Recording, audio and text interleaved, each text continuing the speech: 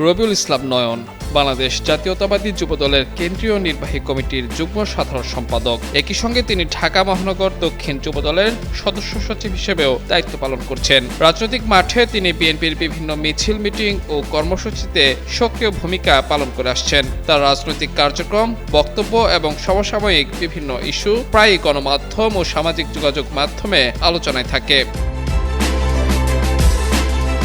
তরুণ এই রাজনীতিকের আয়ের উৎস নিয়ে সামাজিক মাধ্যমে দফায় দফায় প্রশ্ন উঠেছে। ৪৫ বছর ধরে কোটি মানুষের আস্থায় পাইপের বস আরএফএল পাইপ, যার জবাব অবশ্য নিজেই দিয়েছেন রবিউল ইসলাম নয়ন।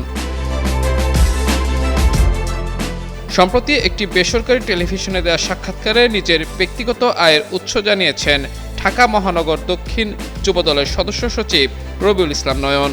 সাক্ষাৎকারে আর্থিক সংকটে গ্রামের বাড়ি মাগুরায় বসবাসরত নিজের বাবা মায়ের ভরণ পোষণের খরচ দিতে পারেন না বলেও দাবি করেছেন তিনি।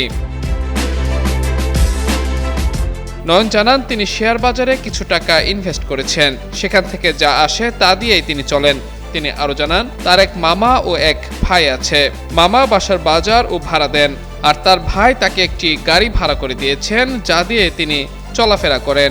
যুবদল নেতা নয়নের ভাষায়, তার তেমন বেশি খরচ হয় না। সাক্ষাৎকারে নয়ন আরও জানান, তার বাবা মা বাড়িতে থাকেন, সেখানে থাকা জমি জমা চাষাবাদ করেই তারা চলেন, তবে তিনি তাদের কোনো খরচ দিতে পারেন না।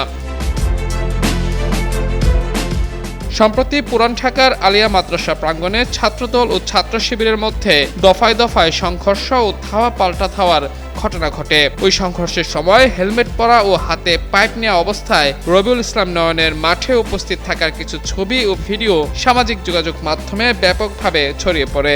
এরপর থেকেই নতুন করে আবারও আলোচনায় আসেন এই যুবদল নেতা।